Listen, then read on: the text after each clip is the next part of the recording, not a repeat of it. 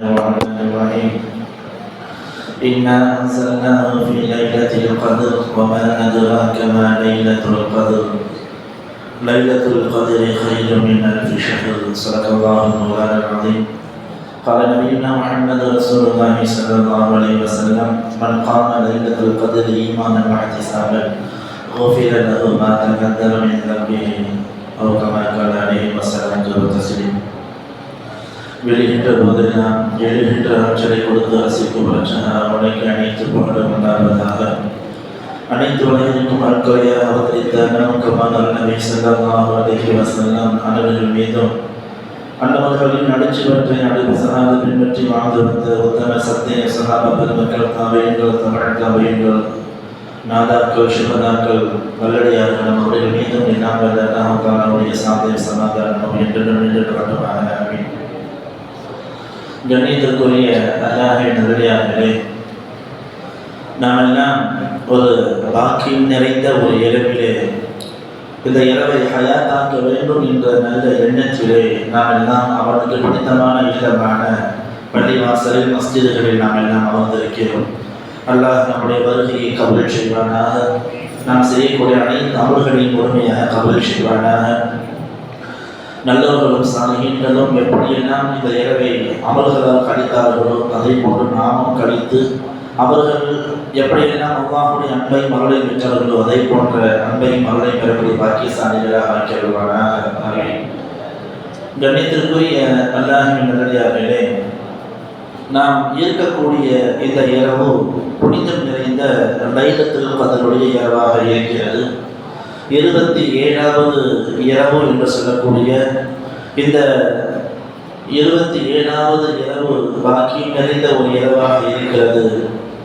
இந்த இரவு கிடைக்கணும் என்பதற்காக பாக்கியமாக நினைத்து துஆ செய்யாத நபிமார்களே கிடையாது.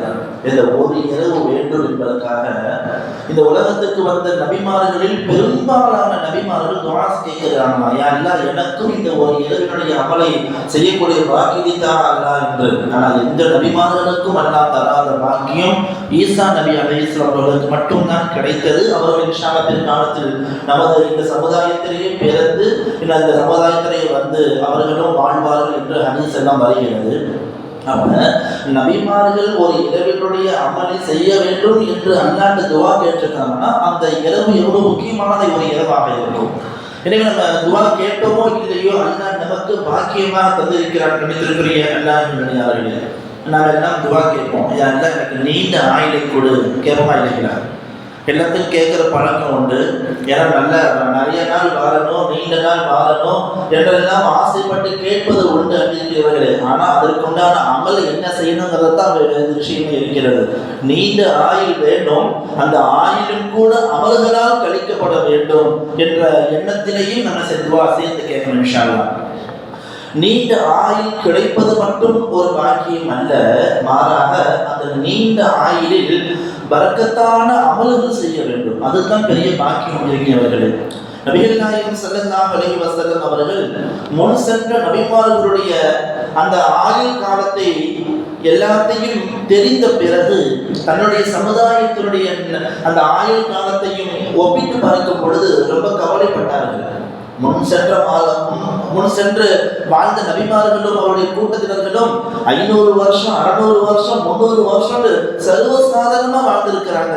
ஆனா என்னுடைய உம்மத்தை சேர்ந்தவர்கள் 60க்கும் 70க்கும் இடையில என்னவா வாழ்க்கை இருக்கிறது என்ற ஒரு கவலைப்படக்கூடிய நேரத்தில் தான் அல்லாஹ் தஆலா ஸல்லல்லாஹு அலைஹி வஸல்லம் கவலை போக்கக்கூடிய விதத்தில் இந்த ஒரு இரவை தந்தான் என்று நமக்கு விளக்கம் சொல்வார்கள் அறிஞர் பெருமக்கள். எந்த அளவுக்குன்னா, நபி மூசா அலைஹிஸ்ஸலாம் அவருடைய காலத்தில் ஒரு தாய் அழுது கொண்டிருந்தார்கள். அந்த வழியாக வந்த மூசா அலைஹிஸ்ஸலாம் கேட்டாங்கன்னா, ஏமா அழுகுறீங்க?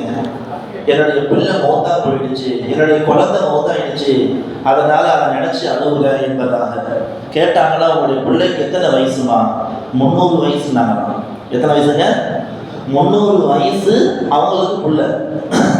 ஏன்னா 300 வயசு உள்ள என்னுடைய பிள்ளை இறந்துட்டாங்க, துஆ செய்யுங்க என்பதாக சொன்னாங்க. உடனே அல்லாஹ் துஆ செய்யா சீக்கிரமா அவங்களுடைய மகனை அழைச்சிட்டியே என்று கேட்கும்பொழுது அல்லாஹ் சொன்னாங்க, பின்னாடி ஒரு காலம் வரும், முஹம்மது நபி ஸல்லல்லாஹு அலைஹி வஸல்லம் உம்மத்தில் 60க்கும் 70க்கும் மத்தியில் வாழ்வாங்க. அதனால இது ஒரு பெருசு அல்ல என்பதாக அல்லாஹ் அவர்களுக்கு பதில் சொல்லும் பொழுது, இந்த பதிலை அந்த அம்மாட்ட சொல்லும் பொழுது, என்னது பின்னாடி 60-70 தான் வாழ்க்கையுடைய காலமே வா, அந்த காலம் இருந்துச்சுன்னா நான் ஒரு மரக்கடி நிழலுக்கு கீழேயே கழிச்சுட்டு போயிருவேனே என்பதாக அந்த பெண்மணி சொன்னதாக வரலாறு உண்டு. அப்போ முன் சென்றவர்கள் எல்லாம் நூற்றுக்கணக்கான ஆயுள் பெற்ற அவர்கள் கூட அன்பிற்குரிய அவர்களை வாழ்ந்ததையெல்லாம் பார்த்த சல்லல்லாஹு கவலை போக்குவதற்காக இந்த ஒரு இரவை அல்லாஹ் தஆலா பாக்கியமா தந்திருக்கிறான் என்று சொன்னால், இது ஒரு இரவு எவ்வளவு பெரிய ஒரு இரவு என்பதை நாம் பார்க்கிறோம். முன் சென்றவர்கள் நீண்ட ஆயுள் வாழ்ந்திருக்கலாம், ஆனால் அமல்களில் முந்தியவர்கள் யார் என்றால், நாளை மறுமையில் சொர்க்கத்தில் முதலில் செல்லக்கூடிய உம்மத்து எது என்றால் இந்த உம்மத்து தான். ஏன்னா அது பெரிய பாக்கியம். அவர்களே சொல்லுவார்கள், முன் சென்றவர்கள் எல்லாம் நிறைய ஆயுள் வாழ்ந்தார்கள், ஆனால் சொர்க்கத்திற்கு நுழையக்கூடிய சமுதாயம் முதல் சமுதாயம் எங்களுடைய சமுதாயம் என்பதாக நபிகள் நாயகம் ஸல்லல்லாஹு அலைஹி வஸல்லம் சொல்லியிருக்கிறார்கள். எனவே குறைந்த ஆயுள் பெற்ற மக்களாக இருந்தாலும் நாம் செய்யக்கூடிய சின்ன சிறு அமல்கள் பெரிய அமல்களுக்கு ஒப்பாக மாறுகிறது என்றால், உம்மத்தி முஹம்மதியாவில் பிறந்த ஒன்று பாக்கியம் நமக்கு. இரண்டாவது, இது போன்ற லைலத்துல் இரவு போன்ற ஒரு இரவுகள் எல்லாம் அல்லாஹ் நமக்கு வழங்கியது மிகப்பெரிய ஒரு பாக்கியமாக இருக்கிறது.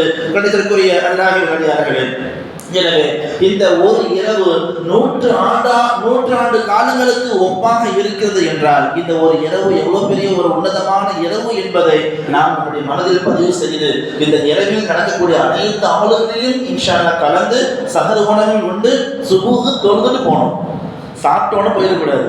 ஏன்னா அவங்கள இரவு ஃபுல்லாக அமல் செஞ்சதெல்லாம் ஃபஜர் நீங்கள் கலாம் செஞ்சீங்கன்னா வேஸ்ட் ஆகிடும். அதனால ஃபஜரும் தொழுதல் இன்ஷா அல்லாஹ் தஆலா வீட்டுக்கு செல்லக்கூடிய மக்களாக நாம் இருப்போம். ரப்பல் ஆலமீன் அமல்களை எனக்கு கபூல் செய்வானாக. கணிதக்குரியவர்களே, நாம் இருக்கக்கூடிய இந்த இரவுக்கு லைலத்துல் கத்ர் என்பதாக சொல்வார்கள். லைலா அப்படின்னு சொன்னா இரவு அர்த்தம். கதிர் என்பதற்கு 3 வகையின் அர்த்தங்கள் சொல்வார்கள். கதிர் என்றால் கண்ணியம் என்பது ஒரு அர்த்தம், இரண்டாவது கலா கதிர் என்பது இன்னொரு அர்த்தம், மூன்றாவது நெருக்கடி என்பது ஒரு அர்த்தம். இருக்கிறவர்களே, கண்ணியம் நமக்கு எல்லாம் தெரியும், கண்ணியமான இரவு என்பதால். இரண்டாவது கலா கதிர்க்கும் கதிர் என்பதாக சொல்வார்கள். மூன்றாவது ஏன் நெருக்கடி இந்த வார்த்தைக்கு அர்த்தம் வந்துச்சு என்று பார்க்கும் பொழுது, இந்த இரவுல மலக்குமார்கள் கூட்டம் கூட்டமாக இறங்குவார்களாம். அந்த மலக்குமார்களுடைய கூட்டம் நெருக்கடியாக இருக்கும். அந்த அளவுக்கு அல்லாஹ் இறக்குவான் இந்த ஒரு இரவில். நம்பிக்கை இரண்டாவதார்கள் நபிகள் நாயகம் ஸல்லல்லாஹு அலைஹி வஸல்லம் அவர்களுக்கு குர்ஆனை கொண்டு வந்த மலக்கு யாருங்க? யார் சொன்னா? மாஷா அல்லாஹ், ஜிப்ரீல் அலைஹிஸ்ஸலாம் அவர்கள். ஏன்னா எத்தனை மலக்குமார்கள் என்று நமக்கு கணக்கு தெரியாது அன்பிற்கிறவர்களே. ஆனால் எல்லா மலக்குமார்களுக்கும் தலைவர் யார் என்றால் ஜிப்ரீல் அலைஹிஸ்ஸலாம் அவர்கள் தான். அவர்கள் தான் நபிமார்களுக்கு வேதங்கள் கொண்டு வந்த ஒரு வகி கொண்டு வந்த ஒரு மலக்காக இருக்கிறார்கள். நமது நாயகம் ஸல்லல்லாஹு அலைஹி வஸல்லம் அவர்களுக்கு 23 ஆண்டுகளில் தான் இந்த குர்ஆன் இறங்கியது. அவர்களுடைய 40 வயசிலிருந்து 63 வயசுக்குள்ளாக ஸல்லல்லாஹு அலைஹி வஸல்லம் அவர்களுக்கு 23 வருஷத்தில் இந்த ஒரு குர்ஆன் இறங்கியது. அன்பிற்கிறவர்களே, இந்த குர்ஆனை கொண்டு வருவதற்காக ஜிப்ரீல் அலைஹிஸ்ஸலாம் அவர்கள் இந்த உலகத்துக்கு வந்தது எத்தனை முறை தெரியுமா? 24,000 முறை. எத்தனை முறைங்க?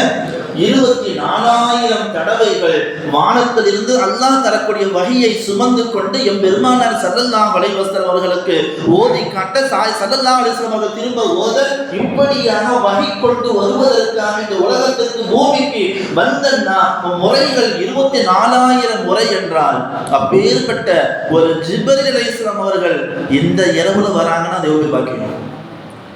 ஸல்லல்லாஹு அலைஹி வஸல்லம் அவர்களை சந்தித்து அல்லாஹ்வுடைய வேதமான இந்த வஹியை கொண்டு வருவதற்காக வந்த அந்த ஜிப்ரீல் அலைஹிஸ்ஸலாம் அதற்கு பின்னாடி இந்த உலகத்துக்கு பூமிக்கு வந்தது கிடையாது.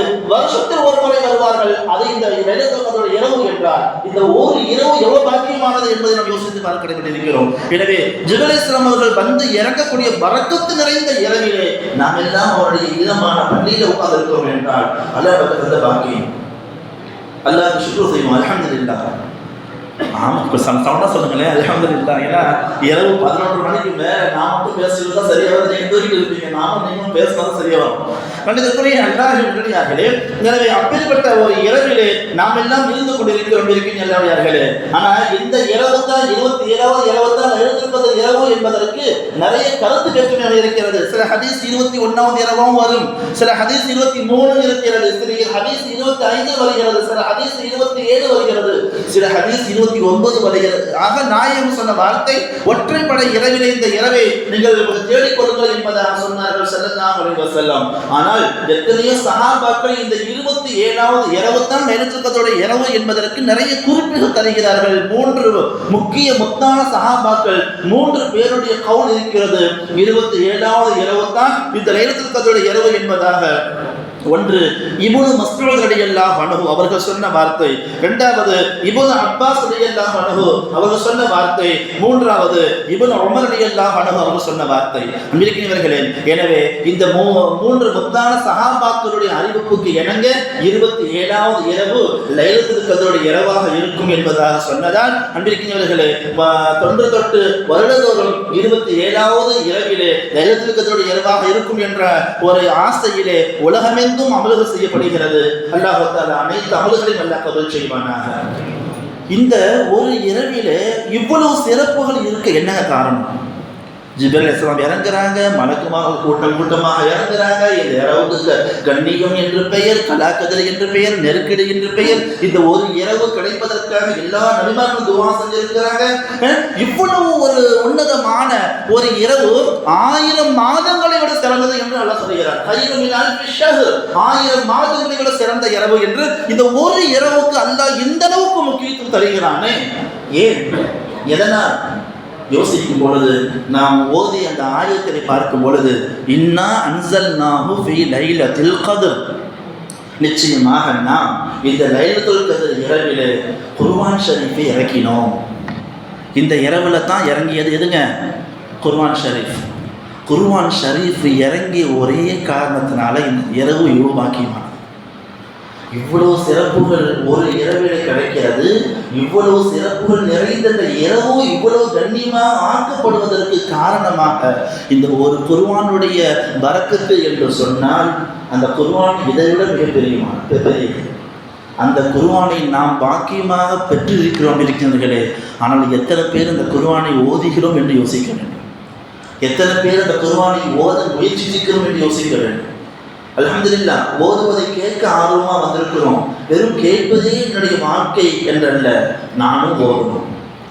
நானும் ஓதணுங்கிற எண்ணத்தை இன்ஷா அல்லாஹ் நீங்கள் உறுதியாக வையுங்கள். அல்லாஹ்வுடைய கிருபையை நமது பள்ளிவாசல தினந்தோறும் இன்ஷா அல்லாஹ் தஆலா இஷாவுக்கு பிறகும் சுபஹுக்கு பிறகும் பெரியவர்களுக்குண்டான குர்ஆன் ஷரீஃப் ஓத கற்றுக் கொடுக்கப்படுகிறது. வாய்ப்பு இருந்தால் நீங்களும் இந்த 2 நேரத்தில் எந்த நேரம் உங்களுக்கு தோதுவா வருமோ அந்த நேரத்தில் நீங்கள் வந்து கலந்து கொண்டு குர்ஆனை நீங்கள் கற்றுக்கொள்ள வேண்டும். பிள்ளைகளுக்கெல்லாம், குழந்தைகளுக்கெல்லாம் மதரசா, மக்தூம் மதரசா நிறைய நம்முடைய மஹல்லால இருக்குது இருக்கிறவர்களே. ஆனால் பெரியவர்களுக்கு ஓதுவதற்கு ஆசை இருந்தாலும் அவர்களுக்கு கற்றுக் கொடுக்கக்கூடிய இடம் இல்லாததால் நமது நிர்வாக பெருமக்கள் நமது பள்ளியில நீங்க பெரியவர்களுக்கு ஓதி கொடுக்கணுங்கிற நம்முடைய ஆசையும் அவர்கள் கபூல் செய்து அவர்களுடைய ஒப்பினைக்கு இணங்க நம்ம அல்லாஹ்வுடைய கிருபை நடந்து கொண்டிருக்கிறது. அன்பிற்கினியவர்களே, நிறைய மக்கள் ஓத ஆரம்பிச்சாங்க. அல்ஹம்துலில்லாஹ், ஒரு சிலவர்கள் குர்ஆனை எடுத்துட்டாங்க, ஒரு சில பேர் குர்ஆனை முடிச்சிட்டாங்க. அல்லாஹ்வுடைய கிருபையில. அதனால இன்ஷா அல்லாஹ் வாய்ப்பு கிடைக்கும் பொழுது நீங்களும் அதை பயன்படுத்தலாமா இன்ஷா அல்லாஹ். படித்தவர்களே, ஒவ்வொரு உம்மத்துக்கும் ஒரு சிறப்பு உண்டு. என்னுடைய ஒட்டுமொத்த உம்மத்தின் சிறப்பே இந்த குர்ஆன் சொன்னாங்க ஸல்லல்லாஹு அலைஹி வஸல்லம். இந்த ஒட்டுமொத்த உம்மத்துடைய சிறப்பாக இந்த குர்ஆன் இருக்கிறது என்றால் குர்ஆன் எவ்வளவு பெரிய பாக்கியமானது அப்படின்னு அல்லாஹ்வியார்களே. குர்ஆனை அல்லாஹ் தஆலா ரூஹ்னு சொல்கிறான். என்ன சொல்றான்? ரூஹ்னா உயிர் இல்லாத ஜடலம், செத்த பிணம் என்பதாக சொல்வார்கள். இந்த உம்மத்தின் ரூஹாக அல்லாஹ் தனது குர்ஆனை தந்திருக்கிறான். وَكَذَلِكَ أَوْحَيْنَا إِلَيْكَ رُوحًا مِنْ أَمْرِنَا, நம்மளுடைய ஏவலுக்கு இணங்க நம்முடைய ரூஹை நாம் வஹியாக இறக்கி இருக்கிறோம் என்று குர்ஆனை ரூஹ் என்பதாக சொல்கிறார். ஒரு மனிதனுக்கு ரூஹ், உயிர் என்பது இன்றியமையாத ஒன்று.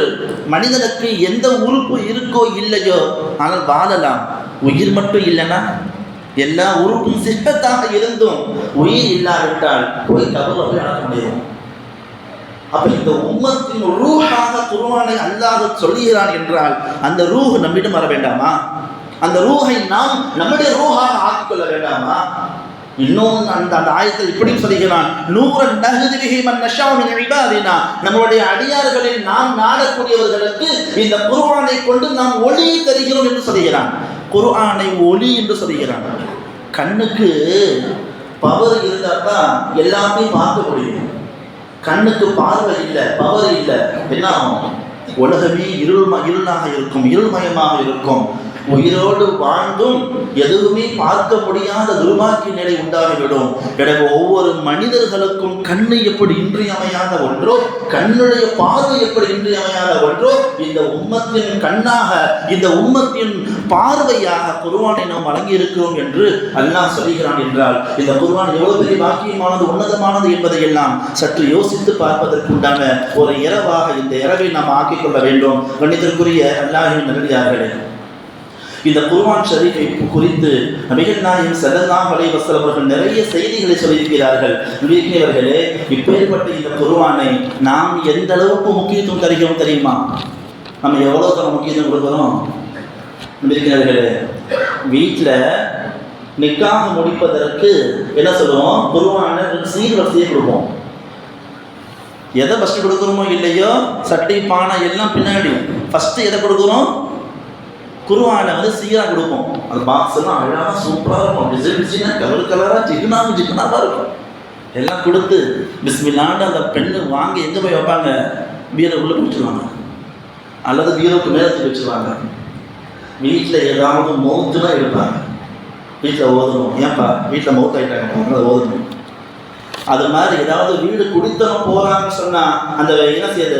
அந்த குர்ஆனை ஒரு அலங்காரமாக தரப்படுகிறது. இருக்கிறவர்களே, சிலவங்க ஓத தெரியல, என்ன பண்றாங்கன்னா காலை எஞ்சோன்னு எடுத்து திறந்து பிஸ்மில்லா மொத்தம் கொடுத்து வச்சிருது. மொத்தம் கொடுத்து வைக்கிறதுக்கு குர்ஆன் மௌத்தாயினா ஓதத்துக்கு அந்த மௌத்தானதுக்கு நேரத்தில் மட்டும் எடுத்து ஓதவா குர்ஆன், அல்லது நிக்காவுக்கு சீராக கொடுப்பதற்கு மட்டுமா குர்ஆன், அல்லது பீரோல பத்திரமா பூட்டி வைக்கிறதுக்கு மட்டுமா குர்ஆன்? சில இடங்களை உண்டு, ஆனால் செய்யக்கூடாது. கோபம் தலைக்கு ஏறும் பொழுது குர்ஆனை போட்டு தாண்டுவார்கள். சத்தியமாக குர்ஆனை சத்தியமாக நான் தாண்டுகிறேன், இது நான் சொல்றது சத்தியம் என்பதாக சொல்வதற்கு குர்ஆனை உபயோகப்படுத்த தாண்டக்கூடாது. குர்ஆனின் பக்கம் கூட நம்ம காணிக்க கூடாது. குர்ஆனுக்கு மரியாதை இல்லை, அது கண்ணிக்குறை வந்திருக்கிறவர்களே. எனவே அது போன்ற ஒரு கோபத்தின் நேரத்தில் எடுப்பதற்காக குர்ஆனை சில மக்கள் பயன்படுத்துகிறார்கள். அப்படி பயன்படுத்தக்கூடாது. அப்படி இருக்கிறீங்க அல்லாஹ்வின் நல்லடியார்களே, குர்ஆனை நம்ம எடுத்து ஓதுனா தான் நம்மளுக்கு அறிவு ஞானம் பிறக்கும். எல்லா சமுதாயமும் குர்ஆனை கையில் எடுக்கிறது. இன்னும் சொல்ல போனா முஸ்லிம்களுக்கு அவ்வளவு முக்கியத்துவம் தரல, கிறிஸ்தவர்கள் தராங்க. அது பின்னாடி சொல்றாங்க இன்ஷா அல்லாஹ். கிறிஸ்தவர்கள் கையில் எடுக்கிறாங்க குர்ஆனை, யூதர்கள் கையில் குர்ஆன் எடுக்கிறாங்க. எடுத்து அதை படிக்கிறாங்க, அதனுடைய அர்த்தத்தை புரிந்து அதன் விளக்கத்தை ஆய்வு செய்து இன்னைக்கு தன்னுடைய அறிவை வளர்த்து கொண்டு உலகத்தில் வேர்ல்டு லெவலில் ஃபேமஸ் ஆகிறாங்க. பெரிய பெரிய கண்டுபிடிப்பு எல்லாம் குர்ஆன்ல இருக்கு. அதை படிச்சு ஆய்வு செஞ்சு ஆராய்ஞ்சு அறிவாளியாக மாறுகிறார்கள். அது வழியாக நிறைய சம்பாதிக்கிறார்கள். நமக்கு ரூஹாக தந்த குர்ஆனை நம்ம பிஸ்மில்லாஹ்னு மூடி வச்சுட்டு நம்ம தூங்குறதுனால தூங்குற சமுதாயமாக நம்ம இருந்து கொண்டிருக்கிறோம். ஒரு விழிப்புணர்வு இல்லாத சமுதாயமாக இருந்து கொண்டிருக்கிறோம். பலகீனமான சமுதாயம் இருந்து கொண்டிருக்கிறோம். நம்முடைய ரூஹாக வந்த இந்த குர்ஆனை நாம் உயிர் கொடுத்து எழுப்புவோமே, ஆனால் இன்ஷா அல்லாஹ் அல்லாஹ் நம்முடைய சமுதாயத்தின் தட்டு எழுப்புவான், சந்தேகம் கிடையாது. அல்லாஹ் கபூல் செய்வானாக. குர்ஆனை ஓத ஆரம்பித்தால் தான் அதனுடைய தர்ஜுமா படிக்கும் பொழுது தான் நம்முடைய அர்த்தம் தெரியும், கொஞ்சமாவது அதனுடைய ஞானம் நமக்கு அது கிடைக்கும். ஆனால் இன்னைக்கு அந்த குர்ஆனை எடுக்காததின் விளைவு, மார்க்கத்தை பற்றியே தெரியாததின் விளைவு, யாரோ எதையோ சொல்றது எல்லாம் நம்பிக்கிறோம், எதையோ சொல்வதையெல்லாம் நம்பிக்கொண்டிருக்கிறோம். இருக்கிறவர்களே, எந்த அளவுக்கு நம்புறோம்னா வீட்டை விட்டு வெளியே போகும்பொழுது பூனை குறுக்க போயிடக்கூடாது, போனா விளங்காதான், பூனைக்காரி விளங்காதான்.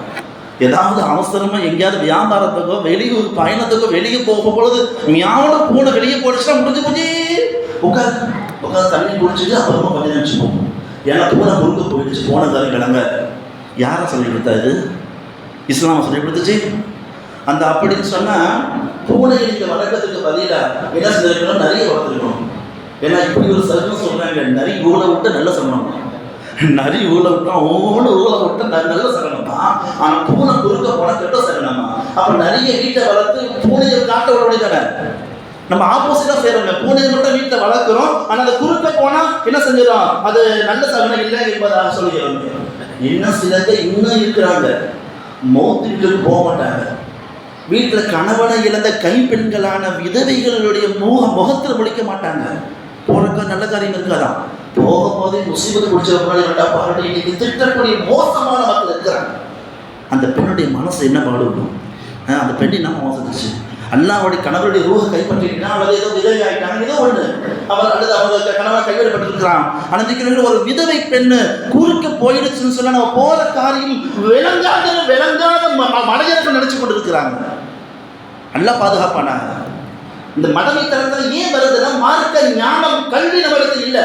மார்க்க ஞானத்தின் ஊன்று கோடி இந்த குர்ஆன் ஷரீஃப், அதையும் மூடி வச்சிடறமே. மக்கள் தான் அப்படின்னா ஒரு நாட்டு அரசியலே இந்த மூட வளர்த்தல் இருந்தாங்க. விதவைங்க கண்ணை முடிச்சிடக்கூடாது, யாசகர்களை யாராவது முன்னாடி போன அவங்க மூஞ்சி முடிச்சிடக்கூடாது. முடிச்சா அவங்க போராட்டாரை விளங்காதுன்னு நம்பினமே ஒரு அரசு என்ன செஞ்சுன்னா, நைட்டு ஃபுல்லாக தூங்கிட்டு காலைல எழுந்திரிச்சு வெளியே வரலான்னு வெளியே வரான். அந்த வழியில் ஒரு யாசகர் முசாஃபிர் போகிறார். அவர் பார்த்துக்கிட்டே வெளியே வந்தவன் அந்த அரண்மனையினுடைய நுழைவு வாயினுடைய நிலையில இடிச்சிட்டான். காயம் வந்துருச்சு, வலிக்குதுன்னு சொல்லிட்டு தேய்ச்சிக்கிட்டு புறாவன்னு சொல்லி தன்னுடைய காவலர்களை சொல்ல, காவலர்கள்லாம் பிடிச்சிட்டாங்க. யாரை? முசாஃபிர். ஏன் பிடிச்சிட்டாங்கன்னு அவனுக்கு தெரியல. அப்படியே அழகா தூக்கிட்டு போய் உட்கார வச்சாச்சு. போய் கை காலை கட்டி போட்டாச்சு. நேராக கோபத்தோட போன இந்த அரசன் சொன்னா, மூஞ்சில முடிச்சதுனால பாரா என் நிலையில என் தலை இடிச்சிருச்சு, அது எனக்கு இந்த காயம் ஏற்பட நீ தானே காரணம், தூக்கில போடுறான்னு சொல்லிட்டு தூக்கில போனான். அவன் சிரிச்சான். யாரு? தூக்கு கைதியான முசாஃபிர் சிரிச்சான். இன்னும் கோபம் அரசனுக்கு, உனக்கு தூக்கு தண்டனை சொல்ற, நீ சிரிக்கிற. அந்த முசாஃபிர் சொன்னான்னா, அரசே தாங்கள் என்னுடைய முசீபத்து பிடிச்ச மூஞ்சில முடிச்சதுனால உங்களுக்கு சிறு காயம்தான், நான் உங்க மூஞ்சில முடிச்சதுனால எனக்கு மரணம் வந்துருச்சு. என்ன அவ யாரு பெரிய முசீபத்து? அரசனா முசாஃபிர்? பார்த்துங்க, இந்த நிலையில தான் எதுக்கு சொல்ல வரேன்னா, நம்ம அறிவாளி நினைச்சுக்கிறது விதவை மூஞ்சில முடிச்சா அவங்க முசீபத்து பிடிச்சவங்க நம்மளாம் பாக்கி சாலிட்டு பார்க்க போனா இந்த அரசாங்க தான் இன்னைக்கு நிறைய மக்களுடைய இது விளங்குறவங்க விளங்கிக்குங்க. எல்லாம் பாதுகாப்பானாங்க. கணித்திற்குரிய அல்லாஹ்கள். இன்னும் சில மக்கள் உள்ளங்கை அரைச்சா காசு வருமா தெரியுங்களா? அதெல்லாம் நான் சொல்லித்தரேன். உள்ளங்கை அரிச்சா காசு வருமா? இதுல வலது கை உள்ளங்கை அரிச்சா காசு வரும். இதுல பிடிச்சிட்டாங்க. இடது கை அரிச்சா செலவு வருமா?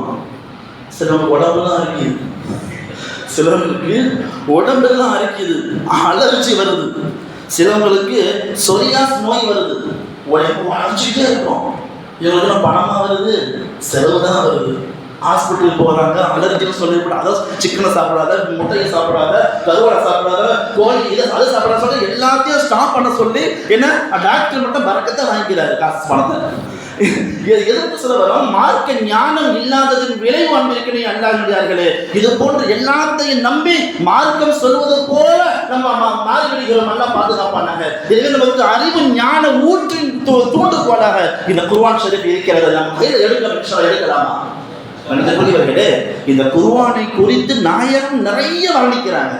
ஒரு ஹதீஸில் அலிரலியல்லாஹு அறிவிக்கக்கூடிய ஒரு ஹதீஸ்ல நிறைய செய்திகள் இந்த குர்ஆன் ஷரீஃபை பற்றி ஸல்லல்லாஹு அலைஹி வஸல்லம் சொல்கிறார்கள். வஹுவ ஹப்லுல்லாஹில் மதீன். இந்த குர்ஆன் இப்படிப்பட்ட தெரியுமா? தெளிவான அல்லாஹ்வுடைய கையில்னு சொன்னாங்க ஸல்லல்லாஹு அலைஹி வஸல்லம். இந்த குர்ஆன் தெளிவான அல்லாஹ்வுடைய கையில என்ன அர்த்தம்? அந்த கயிறை நாம் பிடித்தால் பிடியின் ஒரு முனையில் நாம் இருந்தால் மறுமுனையில் ரப்பு இருக்கிறான். அப்ப என்ன புரியுது? குர்ஆனை நாம் பிடிக்க எடுக்க ஆரம்பித்தால் நாம் நேர்வழி அடைந்து ரப்பிட்ட போயிடுவோம். எவ்வளவு பெரிய பாக்கியம்! இரண்டாவது சொன்னாங்க ஸல்லல்லாஹு அலைஹி வஸல்லம், வஹுவ ذிக்ருல் ஹகீம். மதிநுட்பங்கள் நிறைந்த ஒரு பெட்டகம் இந்த குர்ஆன் ஷரீஃப். உனக்கு என்ன விஷயமும் தெரியலையா? குர்ஆனை திறந்து பார்த்தா அது உங்களுக்கு கேட்கக்கூடிய வரக்கூடிய கேள்விக்கு பதிலாக குர்ஆன் இருக்கிறது என்று சொல்வாங்க. இந்த வார்த்தையின் மூலமாக நபிகள் நாயகம் ஸல்லல்லாஹு அலைஹி வஸல்லம் வஹுவ ஸிராத்துல் முஸ்தகீம், குர்ஆனை சொன்னாங்க இது நேரான பாதை காட்டக்கூடிய ஒன்று என்பதாக சொல்கிறார்கள். நபிகளே அல்லாஹ்களே, அடுத்து சொன்னாங்க ஸல்லல்லாஹு அலைஹி வஸல்லம் வலா யஹ்லகு அன் கஸரத்திர் ரத்தி. அதுதான் முக்கியமானது. திரும்ப திரும்ப ஓதுவதால் திகட்டாத ஒன்று இந்த குர்ஆன் ஷரீஃப்.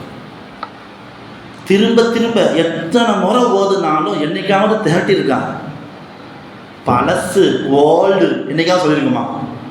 போர் அடிக்குது என்னைக்கா சொல்லிடுவோம். சொன்னால் நம்ம முஸ்லீமே கிடையாது. என்னங்க சொல்கிறீங்க? ஆமாம், கொஞ்சம் யோசிச்சு பாருங்களேன். இப்போ நான் எனக்கு ஞாபகம் இருந்து ஒரு 7 வயசு இதெல்லாம் விடுங்க, 10 வயசு நான் குர்ஆன் ஷரீஃபை கற்றுக்கிட்டேன். உதாரணத்துக்கு சொல்கிறேன், 10 வயசில் குர்ஆன் ஷரீஃபை கற்றுக்கிட்டு இன்னைக்கு 39 வயசாச்சு. எத்தனை வருஷம் ஓதிப்பேன்? நான் முடிச்சிருக்கீங்களா? 10 வயசுல ஓத ஆரம்பிச்சா இன்னைக்கு 39 வயசுல 29 வருஷமா நான் குர்ஆன் ஓதிட்டு இல்லையா? அட்லீஸ்ட் ஒரு 25 வயசுல ஆவரேஜ் வச்சுக்கோமே. ஒரு நாளைக்கு நான் ஒரு அல்ஹம்து சூராவை 17 தடவை நான் ஓதணும். எதில்? ஃபர்லு தொழுகையில் 17 தடவை. ஏன்னா சுபுக்கு 2, லுஹருக்கு 4, அசருக்கு 4, மக்ரிபுக்கு 3, இஷாவுக்கு 4. இந்த ஃபர்லு தொழுகையை மட்டும் கணக்கெடுப்போம். ஏனால் ஏன்னா அல்ஹம்து சூரா ஓதலாம் தொழுக கூடாது அல்லவா? எனவே அல்ஹம்து சூராவை நான் ஒரு நாளைக்கு 17 முறை ஓதுகிறேன் என்று சொன்னால், அன்பிற்கினிய அல்லாஹ்வின் நல்லடியார்களே, ஒரு நாளைக்கு ஃபர்லு தொழுகைக்கு நான் 17 முறை ஓதுகிறேன் என்றால் ஒரு மாதத்திற்கு நான் 510 முறை ஓதுகிறேன். எத்தனை தடவை? 510 தடவை ஓதுகிறேன். ஒரு மாசத்திற்கு, ஒரு வருஷத்துக்கு கணக்கிட்டால் 6205 வாட்டி ஓதுறேன். எத்தனை வாட்டிங்க? 6205 வாட்டி. 25 வருஷம் இந்த 17ஐ நாம் பெருக்கி பார்க்கும் பொழுது 1,55,125 வாட்டி ஓதுறேன். 25 வருஷத்துல இந்த ஒரு அல்ஹம்து சூராவை 1,55,125 வாட்டி நான் ஓதுறேன். ஆனா என்னைக்காவது போர் அடிச்சு விட்டனா விட்டா தொழுகை கூடாது. இது ஃபர்லு தொழுகைகளுடைய லிஸ்ட்டு கணக்கீடு.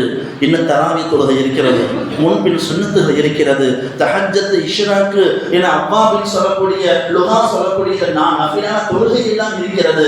இதெல்லாம் அல்ஹம்து சூராவுடைய கணக்கு எடுத்தா எத்தனை கோடி முறை நான் ஓதியிருப்பேன். ஆனா என்னைக்காவது போர் அடிச்சிருக்கு அல்ஹம்து மக்கள் விட்டு வேற ஏதாவது ஓதுறான்னு சொல்ல முடியுமா? ஆனா ஒரு புக்கை ஒரு வாட்டி படிங்க, ஒரு வாட்டி படிக்கலாம் அல்லது 2 வாட்டி படிக்கலாம், மிஞ்சி போனால் 3 வாட்டி படிக்கலாம்.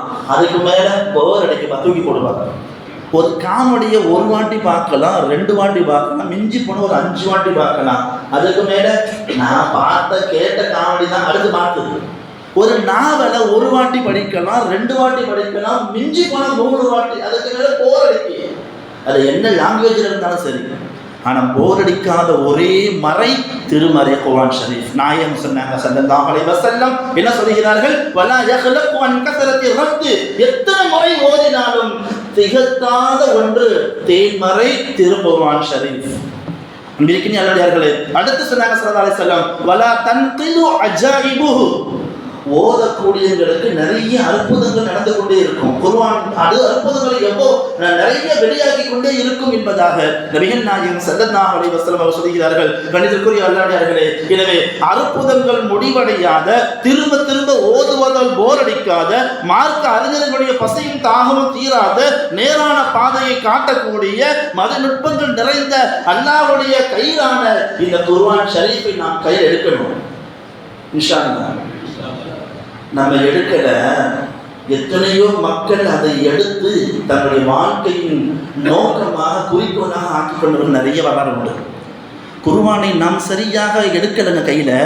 ஆனால் யாரெல்லாம் குர்ஆனை எடுக்க ஆரம்பித்தாங்களோ கடைசியில் முஸ்லிமானது தான் வரலாறு. பெங்களூரை சேர்ந்த மனோகர் என்பவர் குர்ஆனுடைய தொடர்பு எப்படி அவருக்கு கிடைச்சி குர்ஆனை படிக்க ஆரம்பித்தார். முடிக்கும் பொழுது முனவ்வராக மாறுகிறார், முஸ்லீம் ஆகிறார். முஸ்லீம் ஆகிட்டா என்ன ஆகும்? வீட்டில் மனைவி துரத்திட்டாங்க, பெற்றோர்கள் துரத்திட்டாங்க, பிள்ளைகள் துரத்திட்டாங்க, எங்கேயா போ, ஏன் முஸ்லீம் ஆனாலும் அவர் இஸ்லாத்துக்கு இடத்துக்கு மனசு இல்லை. இருக்கிறவர்களே, குர்ஆனை படித்து இஸ்லாத்தை தழுவிய மனோகர் என்ற முனவ்வர் இந்த ஈமானில் வலுமிக்கவராக இருந்ததின் வெளிப்பாடு சென்னைக்கு வருகிறார். சென்னைக்கு வந்தவர் உழைக்கிறார். அந்த நேரத்தில் இவர் ஏழையாக இருக்கிறார் என்று அந்த பகுதியில் இருந்த முஸ்லிம்கள் ஜகாத்துடைய பணம் காசு இருக்கு கொடுக்கிறாங்க. மனுஷன் என்ன செய்யணும்? பசியிலையோ பட்டியலையோ ஏழையாக வெளியூர்லேருந்து இங்கே நான் பயணியாக வந்திருக்கிறேன், எனக்கு ஜகாத்துடைய ஃபண்டு பணம் கிடைக்குதுன்னா நான் என்ன செய்வேன்? என்னுடைய பசியை போக்கிக்குவேன், எனக்கு தேவையான ஆடை வாங்கிக்குவேன். ஆனால் இவர் வித்தியாசமானவர், குர்ஆனை வாங்குறார். ஜகாத்தில் வந்த பண காசை கொண்டு குர்ஆனை வாங்குகிறார். அன்பிற்கினியவர்களே, ஒரு குர்ஆன் அல்ல, 2 குர்ஆன் அல்ல, 2000 குர்ஆன் வாங்குது. 2 லட்சம் ரூபா சேருது. 2000 குர்ஆனை வாங்குறாரு. ஏன்னா கேட்கிறாங்க, என்னப்பா வித்தியாசமானவராக இருக்கிறியே, நீ ஒரு பசிக்கு உன்னுடைய தேவைக்கு நீங்க ஜகாத்துடைய பண்டை எடுத்துக்கணும்னு சொல்லி பார்த்தா நீங்க என்னமோ குர்ஆனை வாங்குறீங்க சொல்கிறார். நான் பெற்ற இன்பம் பெருகை வையகம். இந்த குர்ஆனின் வழியாக நான் இஸ்லாத்திற்குள் நான் என்னை நுழைத்துக் கொண்டேன். நான் சந்தோஷமாக வாழ்ந்து கொண்டிருக்கிறேன். எனவே எனக்கு கிடைச்ச இந்த பாக்கியம் என்னை போன்ற எல்லா மக்களுக்கும் கிடைக்கணும் என்று சொல்லி ஜக்காத்தினுடைய உதவி பணம் வந்தது கூட அதை குர்ஆனை வாங்கி கொடுக்கக்கூடிய இவர் கடைசியில் முடிக்கிறார். எனக்கு ஒரு நப்பாசை உண்டு, நான் மௌத்தா போறதுக்குள்ள 10,000 குர்ஆனை வாங்கி கொடுக்கணும்னு ஆசை. அவருடைய ஆசை இல்லை, நம்மளுடைய ஆசை. இருக்கிறவர்களை புரிந்து வராங்க, நம்ம உள்ள இருக்கிறதா புரிய மாட்டேங்கிறது. எல்லாம் பாதுகாக்க வேண்டும். கணிதக்குரிய அல்லாஹ்வின் அடியார்களே, நான் இடையில சொல்ல தெரியுமா, நம்ம விட்டுட்டோம் குர்ஆனை, ஆனால் கிறிஸ்துவ கை எடுக்கிறாங்க. இன்னைக்கு நிறைய கிறிஸ்துவ கை எடுத்துருக்கிறாங்க. குர்ஆனை எப்போ திரும்ப எடுக்கிறாங்க? அதாவது சிலர்கள் என்ன செய்யறது, சில இஸ்லாத்தின் வைரிகள் குர்ஆனை படிக்கிறவங்கலாம் இஸ்லாத்துக்கு வந்துடுறாங்கன்னு சொல்லிட்டு குர்ஆனை எப்படியாவது ஒழிக்கணும் என்ற எண்ணத்துல நிறைய மோசமான நிலைகளை ஏற்படுத்துறாங்க. சில மோசமான சூழ்நிலைகளை உருவாக்குறாங்க. அப்படி உருவாக்கிய சூழ்நிலைகள் ஒன்றுதான் 2001 இந்த நியூயார்க்கு நடந்துச்சு தெரியுமா? செப்டம்பர் 11 அன்னைக்கு நியூயார்க்கில் 2 கட்டிடம் இடிக்கப்பட்டது, 2 கோபுரம் இடிக்கப்பட்டது. அன்பிருக்கிறவர்களே, நீங்க இதுல கூகுள சர்ச் பண்ணி பார்த்தீங்கன்னா குர்ஆன் அதிகமாக வாங்கப்பட்டது எப்பொழுது என்று பார்க்கும் பொழுது உலக அளவுல எப்ப இவன் குர்ஆனை அழிக்கணும்னு சொல்லி ஒரு நாடகத்தை நடத்தினானோ செப்டம்பர் 11 அன்னைக்கு 2 கோபுரத்தை இடிப்பதன் மூலமாக, அதுக்கு பிறகுதான் உலக அளவுல இஸ்லாம் இப்ப பல மக்கள் இந்த குர்ஆனை பத்தி படிக்க பெரிய ஆர்வமாக வாங்க ஆரம்பிச்சாங்க என்று கூகுள் சொல்லக்கூடிய ஒரு ரிசல்ட்டாக இருக்கிறது. குர்ஆனை எப்பொழுது அடக்கி ஆள வேண்டும் நினைக்கிறார்களோ அப்பொழுது அந்த வீடு கொண்டு எழுந்தது என்பதாக வரலாறு சொல்கிறது. கணிதக்குரிய அல்லாஹ்விலே இன்னொன்று அதே கூகுள்ல சர்ச் பண்ண வந்திருக்கிறவர்களே, கிறிஸ்டியன் ரீட்ஸ் த குர்ஆன் சொல்லிட்டு ஒரு முக்கியமான ஒரு கிறிஸ்தவன் படிக்கக்கூடிய குர்ஆன் அப்படி ஒரு புத்தகம் எழுதினான். இருக்கிறவர்களே, அவர் இஸ்லாத்தை தழுவியதால் அவருக்கு குர்ஆன் மூலமாகத்தான் இஸ்லாத்துக்கு வந்தேன் என்று சொல்லி அவர் புத்தகம் எழுதினார். இது குர்ஆன் எப்படி அதிகமாக விற்றதோ அது போல லட்சக்கணக்கான அளவுக்கு இவருடைய புத்தகமே எழுதி வித்தது என்பதாக வரலாறு சொல்கிறது. கணிதக்குரிய அல்லாஹ்வின் நல்லடியார்களே, அமெரிக்கால ஒரு வேலை செஞ்சாங்க. என்னன்னா, குர்ஆனை படிக்கிறோம் ஃபுல்லா முஸ்லீம் ஆகிட்டே இருக்கிறாங்க. இப்படியே போனா உலகம் நாடு எங்கும் இஸ்லாமியர்கள் அதிகமாக கிறிஸ்தவர்கள் குறைஞ்சிருவாங்க என்பதற்காக சொல்லி அங்க இருக்கிற லைப்ரரிகளுக்கு ஒரு கட்டளை என்னன்னா, குர்ஆன் மட்டும் படிக்க வரக்கூடிய மக்களுடைய பார்வையில் படாத அளவுக்கு, தேடினால் உடனே கிடைக்காத அளவுக்கு மிக உயரமாக எங்கேயாவது கேப் இருந்துச்சுன்னா உள்ள சொறி வச்சிருக்க என்பதாக சொல்லி ஒரு உத்தரவு. நியூயார்க்கில் வாஷிங்டன்ல ஒரு பெரிய லைப்ரரி, அந்த லைப்ரரியுடைய தலைமை பீடத்தில் இருக்கக்கூடிய ஒருவர் ஜோசப் ஜெப்ரில் என்று சொல்லக்கூடியவர், இவருக்கும் கட்டளை வருகிறது, அமெரிக்காவுடைய கட்டளை. இது மாதிரி குர்ஆன் யாருக்கும் இலகுவாக கிடைக்கிற அளவுக்கு லைப்ரரியில் வைக்கக்கூடாது, எங்கேயாவது சந்தல போதுல சொருகி வைங்க. அவர் கேட்டா எனக்கு தெரியாது, எங்காவது நீங்க எடுத்துக்க என்பதாக சொல்லி விட்டுருங்க என்பதாக சொல்ல, எல்லாம் வந்து கேட்கிறாங்க, எனக்கு தெரியல என்பதாக சொல்லி முடிச்சிடுறாரு. இவருக்கு யோசனை, ஏன் எல்லா புத்தகத்தையும் விட்டுட்டு ஒரு கவர்மெண்டே ஒரு புத்தகத்தை தடை செய்யுதுன்னா அதை ஒழிச்சு வைன்னு சொன்னா உள்ள என்னமோ இருக்கு, உள்ள ஏதோ முக்கியமான விஷயம் இருக்கு, அதை நம்ம தெரிஞ்சுக்கணும் என்ற ஆசையில எல்லாத்தையும் அனுப்பிட்டு தலைவாசல் கதவை மூடிட்டு இவர் உள்ள உட்காந்துட்டு புக் எடுக்கிறார். குர்ஆன் எடுக்கிறார், தேடி கண்டுபிடிச்சு உட்கார்ந்து ஓத ஆரம்பிச்சவர். அவர் குர்ஆனை திறக்க அல்லாஹ் ஹிதாயத்தின் வாசலை திறக்கிறான். அன்பிற்குரியவர்களே, ஒவ்வொரு நாளைக்கு ஒவ்வொரு புத்தகம் ஓதி அவருடைய அர்த்தத்தை படிச்சு கடைசியில் குர்ஆனை மூடுகிறார். அல்லாஹ் உள்ளத்தை திறந்து கலிமாவுடைய நசீபாக்குகிறார். வெளியில வருகிறார், பேட்டி காணுகிறார்கள், முஸ்லீம் ஆகிறார், கலிமா சொல்கிறார். கலிமா சொல்லி முஸ்லீம் ஆயிட்டு ஜோசப் ஜெப்ரிலாக இருந்த அவர் இப்ராஹிம் அஹ்மதாக மாறுகிறார். கேட்கிறார்கள், என்னப்பா ஒரு சேர்மன் லெவல்ல இருக்கிற உனக்கு, ஒரு மேயர் லெவல்ல இருக்கிற எப்படி நீ குர்ஆனை நீ எப்படி இஸ்லாத்தை ஏற்றுக்கொண்ட என்று கேட்கும் பொழுது, நான் மாறியதற்கு முக்கிய காரணமே இந்த குர்ஆன் தான். எப்ப ஒரு கவர்மெண்ட் இந்த புக்கை நீ படிக்காத ஒழிச்சு வச்சு சொன்னதோ அப்ப உள்ள என்னமோ இருக்குன்னு நான் புரிஞ்சேன். எப்படியாவது அதை படிக்கணுங்கிற எண்ணம் எனக்கு தோன்றியது. அதனால தினசரி எடுத்து ஓத ஆரம்பிச்சேன். கடைசியில் தான் எனக்கு இதன் மூலமாக இதாயத்து தந்தான். இன்னொன்று சொல்கிறார், என்ன தெரியுமா, எனக்கு நிறைய கடவுள் குறித்து நிறைய சந்தேகம் இருந்துச்சு. இது எல்லாம் கடவுளா ஆகுமா, இது எப்படி கடவுளாக இருக்கும், கடவுளுடைய அந்த தாரீஃப் என்ன, அதனுடைய கடவுள்னா என்ன, அது எப்படி இருக்கணும் என்று நிறைய கேள்விகள் எனக்குள்ள நிறைய பொதிந்து இருந்தது. அதுக்கு விடை தேடி எங்கேயுமே கிடைக்கல. குர்ஆனை திறந்து எனக்குடைய கேள்விக்கு எல்லாத்துக்கும் உண்டான பதில் இந்த குர்ஆன் இருந்துச்சு. அதனால நான் குர்ஆனை படித்து நான் இஸ்லாத்திற்குள் நுழைந்து கொண்டேன் என்பதாக இந்த ஜோசப் ஜிப்ரேலான இவர் என இப்ராஹிம் அஹமதாக மாறியதனுடைய பின்பலமாக இந்த குர்ஆன் இருந்தது என்பதாக சொல்கிறார். என்றால் குர்ஆன் எவ்வளவு பெரிய மாற்றத்தை ஏற்படுத்தியிருக்கிறது. முக்கியமான ஒன்று, இந்த கணிதத்துக்கு இந்த பாப்பு பாடகர் கேள்விப்பட்டிருக்கீங்களா? பாப்பு டான்ஸ், பாப்பு மியூசிக் என்னங்க கேள்விப்பட்டிருப்பீங்க. நீங்கள் தான் யூடியூப்ல நிறைய பார்க்குறீங்களே. ஏன்னா காக்கா வலுப்பு வந்தால் எப்படி ஆடுவாங்க, ஏன்னா இது மாதிரி காக்கா வலுப்பு வந்தால் இந்த கையில் இரும்பு கொடுக்குற அளவுக்கு வலிப்பு வந்து ஒரு மாதிரி ஆடுறது தான் பாப் டான்ஸ். இதில் கொடி கட்டி பறந்தவர் யாருங்க? கைஸ் ஸ்டீவன் தான். அதிலே டாப்ல 10 ஃபர்ஸ்ட் அவர் தான். அமெரிக்காவை சேர்ந்த இவர் பெரிய ஒரு பாடகராக, பெரிய மியூசிக் லெவலில் கை தேர்ந்தவராக இருந்தார். எந்த அளவுக்குன்னா அவர் டான்ஸ் ஆட மியூசிக் போட ஆரம்பிச்சாருன்னா ஆடாதவர்கள் ஆட ஆரம்பிச்சிருவாங்களாம். கிளடு கட்டது கூட ஆட ஆரம்பிக்கிட்டு அவரை பற்றி உண்டான பேட்டுகள் வருகிறது. இன்னைக்கு கூட நம்ம நாட்டில் பார்த்தீங்கன்னா, நம்ம ஊரில் பார்த்தீங்கன்னா மவுத்து கயிறு கோமடி மவுத்து எடுத்துகிட்டு போகும் பொழுது இந்த டப்பான் விட்டு டான்ஸ் அந்த பாட்டு அடிப்பாங்க, மேலே அடிப்பாங்க. மேலே அடிக்கும்போது அவங்க ஆட்டுல நம்ம இஸ்லாமிய இளைஞர்களுக்கு ஒரு மாதிரி அவங்க உடம்பு என்ன ஆகுதான் இல்லையா, ஏன்னா ஒரு மாதிரி அந்த சுதிகேறு தான்.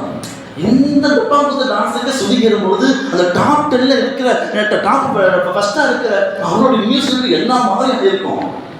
போகிறது வர்றது எல்லாம் சின்ன சிறுசு எல்லாம் டான்ஸ் ஆடுவோம். அந்த அளவுக்கு கொடிக்கட்டி பறந்தவர் மியூசிக்கில் பாடல்கள்ல. அவருக்கு உடம்பு சரியில்லை, நோயாளியாகி வாஷிங்டன் போய் ஹாஸ்பிட்டல் படுத்துக்கிறார். ரொம்ப நோய் முத்திருச்சு. கடைசியில் கொஞ்ச நாள் இருந்து ட்ரீட்மெண்ட் எடுத்துட்டு இருக்கிறாரு. உடம்பு ஓரளவுக்கு நார்மல் ஆகி கொண்டிருக்கிறது. இந்த நேரத்தில் அவருடைய சின்ன வயசில் அவர் கூட படித்த ஒரு முஸ்லீம் அன்பர் என்ன செய்கிறாரு, போய் நலம் விசாரிப்பதற்காக நிறைய தடங்கள்லாம் இருக்கிறது. எல்லா தடங்களையும் கடந்து போய் ஹாஸ்பிட்டல் வாஷிங்டன்ல இவரை போய் பார்க்க போகிறார். மைக் ஸ்டீவன், ஏன்னா கைஸ் ஸ்டீவனை போய் பார்க்க போறார். சொன்னார், உனக்காக உன்னுடைய கையெழுத்து வாங்குவதற்கு, உன்னுடைய சைன் வாங்குறதுக்கு கோடிக்கணக்கில் மக்கள் குவிஞ்சு கிடக்குறாங்க. இந்த நேரத்தில் நான் என்ன ஞாபகம் இருக்கா இல்லைன்னு தெரியல, நானும் நீ ஒன்னா படிச்சிருக்கோம் சின்ன வயசுல என்று சொல்லி தன்னை அறிமுகப்படுத்திக்கிட்டு கடைசியில் கையில் கொண்டு போன குர்ஆனுடைய தர்ஜுமாவை காமிச்சிட்டு அவருடைய தலைமாட்டில் வச்சுட்டு சொன்னாரு, உனக்கு டைம் இருந்தா, இன்ட்ரெஸ்ட் இருந்தா இந்த குர்ஆனை அப்பப்போ எடுத்து படிச்சு பாரு. இந்த குர்ஆன் வழியாகத்தான் நான் வாழ்க்கையில் பெரிய இடத்துக்கு வந்திருக்கிறேன். எனவே நீயும் வாய்ப்பு இருந்தா படிச்சு பாரு என்பதாக சொல்லிட்டு வீட்டுக்கு வந்துட்டார். அவர் என்ன செய்யறாரு, கொஞ்சம் உடம்பு நல்லா வந்து ஏஞ்சி உட்கார்றாரு. கொஞ்சம் போர் அடிக்கும்ல. நம்முடைய இஸ்லாமியர்கிட்ட முக்கியமாக இருக்க வேண்டியது, உடம்பு சரியில்லாமல் இருக்காங்களா ஹாஸ்பிட்டலில், அவங்கள போய் பார்க்கும்பொழுது அவங்களால நம்ம துவா செய்யணும். அதோடு இல்லாமல் நல்ல விஷயங்கள், அவருடைய சிந்தனைக்கு நல்ல விஷயமா தோணக்கூடிய புத்தகங்களோ குர்ஆனோ ஏதாவது ஒன்று அவங்களுக்கு போர் அடிக்காமல் எந்த கையில் கொடுத்துட்டு வரணும். கிறிஸ்டின் பரவது எப்படி தெரியுமா, கிறிஸ்டின் பரவது இதில் தான் முக்கியம். ஹாஸ்பிட்டலில் இருக்கிறவங்களுக்கு போர் அடிக்கும் பொழுது பைக்கில் இருக்கிறாங்க. அவங்க டைம் பாஸ் பண்ணுறதுக்கு டிவியும் ஒன்றும் இருக்காது, செல்ஃபோன் ஒன்றும் இருக்காது. ஏதாவது செய்யணுங்கிற அந்த எண்ணத்தில் பைபிளை கையில் வச்சுக்கணும். அதை படிக்க ஆரம்பித்தவங்க இந்துவாக இருக்கிறவங்களும் மாறிடுறாங்க. கிறிஸ்டின் நான் வளர்வதற்கு இதுவும் ஒரு காரணம். ஹாஸ்பிட்டலில் கையில் எடுப்பாங்க, நம்ம அதை கையில் விட்டுருக்கோம். திராட்சையோ ஆப்பிளோ ஆரஞ்சோ சாத்துக்குடியும் வாங்கிட்டு போகிறத தவிர மருந்து கூட குர்ஆன் எடுத்து போகிறதில்லை. என்ன நினச்சோமோ தெரியல. சரி, அதுவும் நல்லது தான், சாத்துக்குடியும் எடுத்துட்டு போகணும். அது உடம்புக்கு தெம்பு, இது உள்ளத்துக்கெல்லாம் ரூஹு. அந்த ஒரு பழக்கத்தை கொண்டு வரலாமா? இவர் என்ன செய்யறாரு, குர்ஆனை கொடுத்துட்டு வந்துட்டார். ஒரு போர் அடிக்க சொல்லி எடுத்து படிக்க ஆரம்பிச்சவர். அல்லாஹ் அக்பர். அல்லாஹ் ஹிதாயத்தை கையாண்டிருக்கிறவர்களே, குர்ஆனை எடுத்து படிக்க ஆரம்பிச்சவர்கள் டிஸ்சார்ஜ் பண்ணதுக்கு நான் சொல்லிட்டாங்க, வாங்க வெளியே போகலான்னு சொல்லி. எனக்கு வேணாம், குர்ஆனை படிக்க ஆரம்பிச்சு எனக்கு ரொம்ப இன்ட்ரெஸ்டாக இருக்குன்னு சொல்லிட்டு நான் ஹாஸ்பிட்டலில் பேஷண்ட்டாகவே இருக்கிறேன், இதை முடிக்கிற வரையும் எனக்கு வேணாம், எடுக்கிற வேணாம், எனக்கு டிஸ்சார்ஜ் பண்ண வேணாம்னு சொல்லிட்டு இன்னும் சில நாட்களை எக்ஸ்ட்ரா அவர் பேஷண்ட் போலவே ஹாஸ்பிட்டலில் படிச்சுட்டு இருக்கிறவர்களே, இந்த குர்ஆனை ஆரம்பத்திலிருந்து கடைசி வரையும் படிக்கிறவர். வெளியில் ப்ரெஸ் மீட்டிங்கும் வேர்ல்டு லெவலில் வெளியே நிற்கிறாங்க, காத்து கிடக்கிறாங்க. டிஸ்சார்ஜ் ஆகி வெளியே வராரு. வந்தோடனே எல்லாத்துக்கும் சந்தோஷம். எங்கள் சிங்கர் வெளியே வந்துட்டா என்று கைப்பற்றி சந்தோஷமாக ஆரவாரத்தோடு வெளியே வரவே இருக்கிறார்கள். வரவேற்றோட ப்ரெஸ் மீட்டிங்கில் சொன்னது முதல் வார்த்தை அஷ்ஹது அல்லா இலாஹ இல்லல்லாஹ். கலிமா சொல்கிறாருங்க. எல்லாம் பிரமிச்சு போறாங்க. என்ன உள்ள போகும்போது பாப்பாளரான கிறிஸ்தவரான நீ எப்படி இஸ்லாத்தை தெரிவிக்கிறாய்? ஏதோ கையில காமிக்கிறார். இந்த குர்ஆன் செஞ்ச வேலை மாயம். ஆச்சரியப்பட்டுட்டு சொன்ன கேட்டாங்க, நிறைய கேள்வி கேட்குறாங்க. ஒரே ஒரு பதில் முக்கியமானது. இந்த இஸ்லாத்துக்கு வந்துச்சுன்னு சொல்றீங்க, நீங்க எப்படி உணர்றீங்கன்னு கேட்கும் பொழுது ஒத்த வார்த்தை சொன்னார். அது நமக்கு நெத்தியில் அடிச்ச மாதிரி, நரகத்துல இருந்த முன்னாடி இப்ப நான் சொர்க்கத்துல பல உணர்றேன். வாஹ். என்ன சொல்றாரு? இதுக்கு முன்னாடி இருந்த மதத்துல நான் நரகத்தில் இருந்த மாதிரி, ஆனால் எப்போ கலிமாவை மொழிந்து குர்ஆனை படித்து இஸ்லாத்துக்கு வந்தோனோ அப்போ நான் சொர்க்கத்தில் இருக்கிறேன் என்பதாக சொல்கிறார் என்று சொன்னால், கைஸ் ஸ்டீவனாக இருந்த இவர் யூசுப் இஸ்லாமாக தன்னுடைய பேரை மாற்றிக் கொள்கிறார்.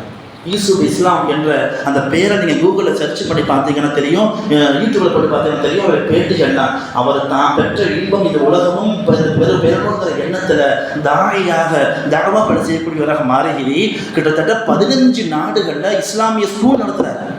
15 நாடுல இஸ்லாமிய ஸ்கூல் நடத்துகிறார். அவர் எப்ப கலிமாவை சொன்னாரோ இஸ்லாம் மியூசிக்கை ஹராமாக்கி இருக்கிறது என்பதாக புரிந்து கொண்டு அவர் சொல்கிறார், சத்தியமாக இனிமேல் நான் பாட மாட்டேன், நான் மியூசிக் போட மாட்டேன் என்பதாக ஒரு சத்தியம் செய்தார். அது பல வருஷம் அதை கடைபிடித்தார். ஆனா இடையில இந்த பாலஸ்தீன சின்ன பிள்ளைகளுடைய அந்த மௌத்தை எல்லாம் பார்க்கும் பொழுது உள்ளம் தாங்கல, கெஞ்சுகிறார்கள், நீங்க ஒரு வாட்டி பாடக்கூடாதா? பாடினால் உங்களுடைய பாட்டுக்கு மயங்கி உலகமே பணங்காசை கோடி கோடியாக கொட்டும், அது அந்த பிள்ளைகளுக்கு மறுவாழ்வாக மாறும் என்பதாக சொல்லி கெஞ்சி கேட்டதனால அவர் மியூசிக் இல்லாத ஒரே ஒரு முறை பாடினார். பல கோடிகள் பல மில்லியன்கள் வந்து குவிந்தது அந்த பிள்ளைகளுக்காக பாடினார் என்பதாக அவர் சொல்கிறது.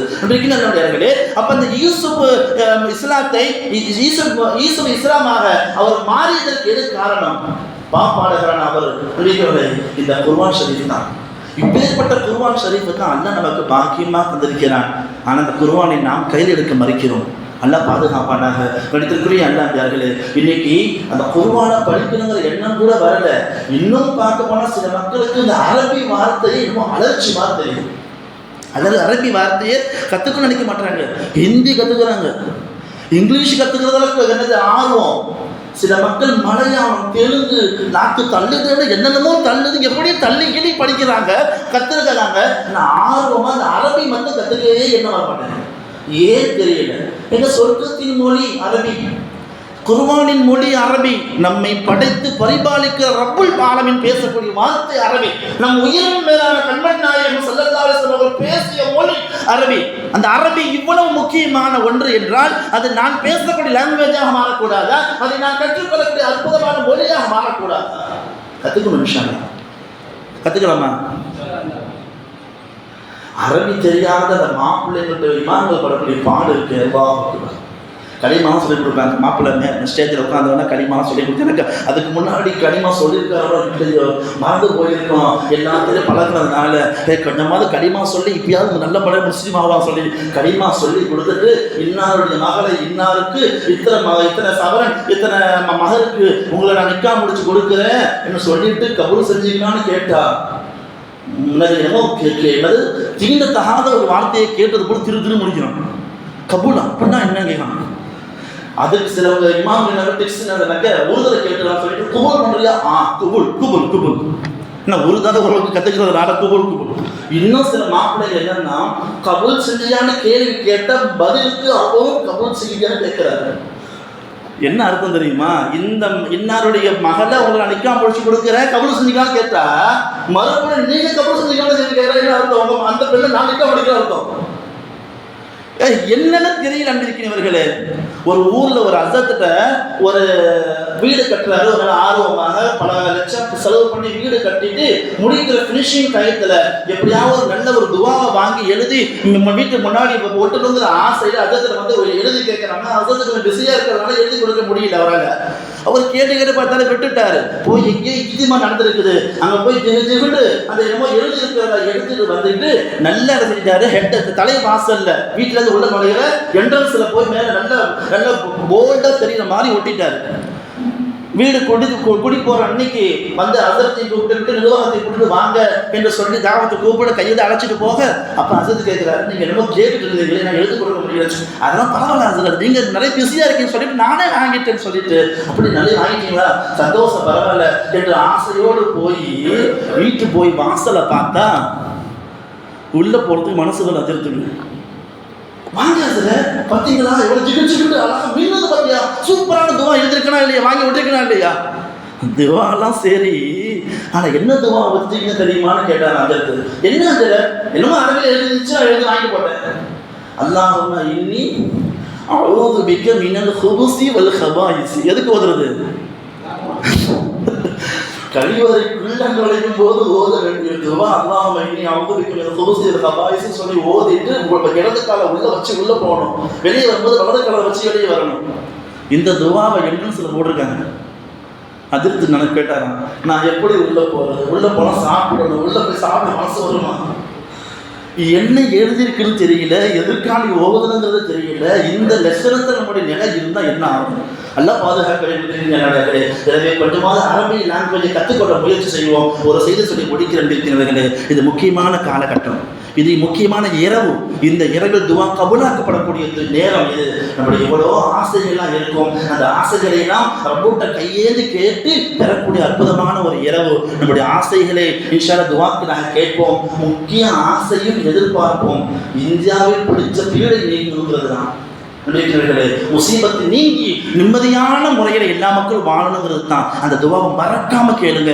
எல்லா தொழுகையிலும் பெரும்பாலும் மகரிப் ஃபஜ்ர் மறக்காம துவா கேட்கப்படக்கூடிய துவா தான் என்னது? அல்லாஹும்ம லா துஸல்லித் அலைனா மன் லா யகாஃபுக ஃபீனா வலா யர்ஹமுனா. யா அல்லாஹ் எங்கள் மீது இரக்கம் காட்டாத அந்த ஆட்சியாளரை விட்டு எங்களை பாதுகாத்து கொடு என்பதாக அந்த அர்த்தம் பொதிந்த அந்த துவாவை எல்லா மக்களும் கேட்கணும். அரபி தெரிஞ்சா முடிஞ்சுக்க முயற்சி பண்ணுங்க. முடியுதுன்னா நீங்க தமிழ்ல கேளுங்க.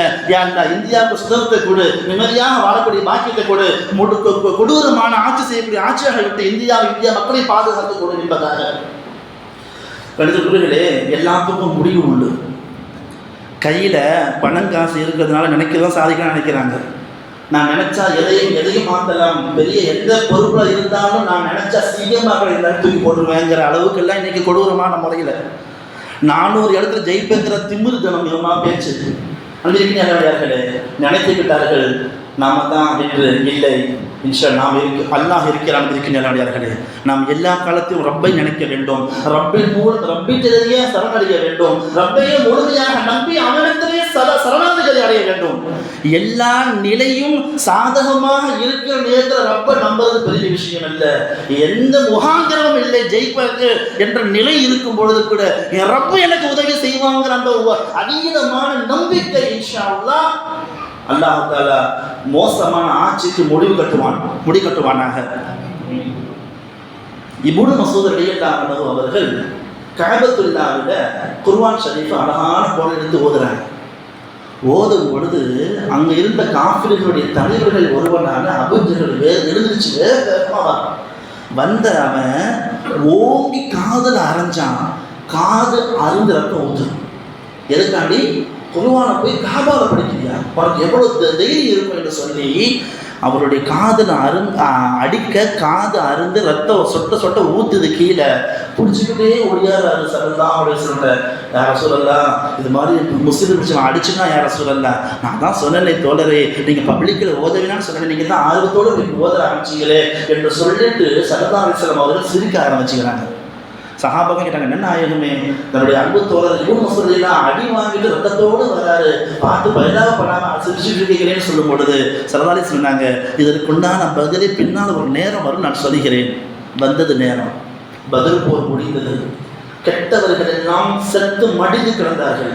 சல்லல்லாஹு அலைஹி கூப்பிட்டாங்க, இப்னு மஸ்ஊத் வாங்க போய் அபூஜகளை போய் பாருங்க. நாங்கள் அபூஜகள் தலையும் முண்டமும் தனித்தனியாக கிடக்கிறான், கொஞ்சோண்டு ஒட்டிட்டு இருக்குது தோடு. அவர் என்ன செய்யறாரு, இதுதான் சான்ஸ் சொல்லி வேற 2 குதிச்சு, ஏன்னா பலகீனமானது, இப்போ சொல்ல பலகீனமானது, கொஞ்சம் இருந்ததையும் கையில் வச்சிருக்க கத்தியால வாழால அறுத்துட்டு தலையை தூக்க முடியல, காதில் ஓட்டை போட்டு கயிறு கட்டி இழுத்து வராரு. யார? இதே அபூஜஹல் தான் அடிச்சான். இப்னு மஸ்ஊத் காதில் ஓட்டை போட்டு தூக்க கூட இல்லை, இழுத்துட்டு தரதான் இழுத்துட்டு வரான். சரதாசன் வந்து போடுறாங்க. சரதாசன் சிரிச்சாங்க. என்ன நாராயணே, அன்னைக்கும் சிரிச்சிங்க, நான் அடி வாங்கிட்டு வந்தால் சிரிச்சிங்க, இன்னைக்கு நான் தரதான் இழுத்துட்டு வர இன்னைக்கு சிரிச்சிங்க. அன்னைக்கு நீங்கள் அடி வாங்கும் போது ஜிப்ரீல் வந்தாங்க. யாரை சொல்ல அவர்கிட்ட நீங்கள் ஆறுதல் சொல்லுங்கள், கவலைப்பட வேணாம் சொல்லுங்கள், நாளை ஒரு நாள் அவனை இவர் இழுத்துட்டு வருவார் என்பதாக சுப செய்தி சொன்னாங்க.